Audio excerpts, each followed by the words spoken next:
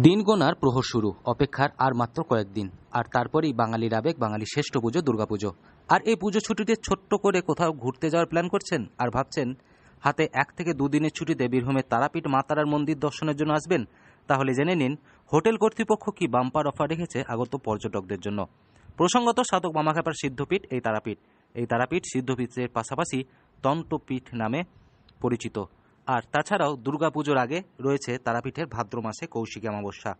প্রত্যেক বছর প্রায় কয়েক লক্ষ মানুষের সমাগম ঘটে এই অমাবস্যা উপলক্ষে, আর সেই কারণেই এখন থেকেই হোটেল ভাড়ার ক্ষেত্রে বিশেষ ছাড় দেওয়া হচ্ছে। তারাপীঠের এক হোটেল মালিক পুলক চট্টোপাধ্যায় জানান, মূলত ভাদ্র মাসের কৌশিকী অমাবস্যার ক্ষেত্রে যে 3 দিনের প্যাকেজ থাকে সেই প্যাকেজই এই বছরও রাখা হয়েছে। তবে যে হোটেলের যেমন কন্ডিশন সেই হিসাবে হোটেল ভাড়া রাখা হয়েছে।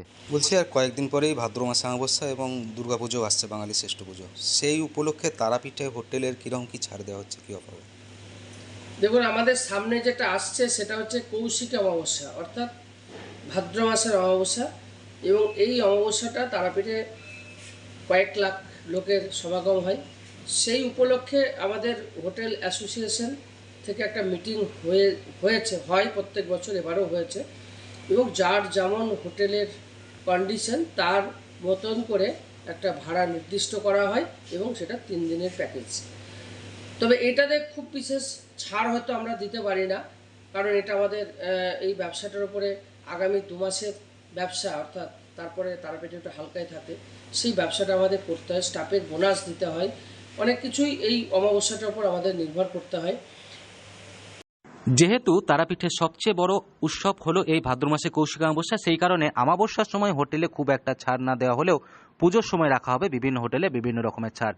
কোনো কোনো হোটেলে 30%, কোনো কোনো হোটেলের ক্ষেত্রে 20%, আবার 40% পর্যন্ত বিভিন্ন রুমের ভাড়ার ক্ষেত্রে ছাড় দেওয়া হচ্ছে। তবে আপনি চাইলে পেতে পারেন এক বিরাট সুযোগ। আপনি যদি এখন থেকেই পুজোর জন্য বুকিং করে রাখেন, সেই ক্ষেত্রে প্রায় 50% ছাড় দেওয়া হবে বলে জানান অন্য এক হোটেল ব্যবসায়ী।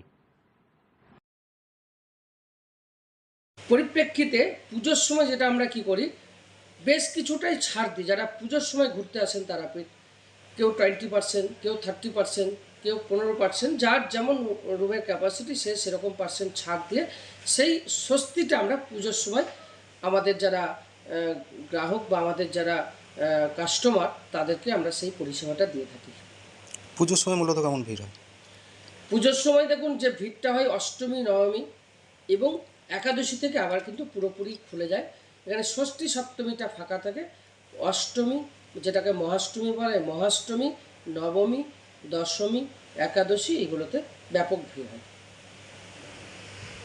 বীরভূম থেকে সৌভিক রায় রিপোর্ট, লোকাল 18 বাংলা।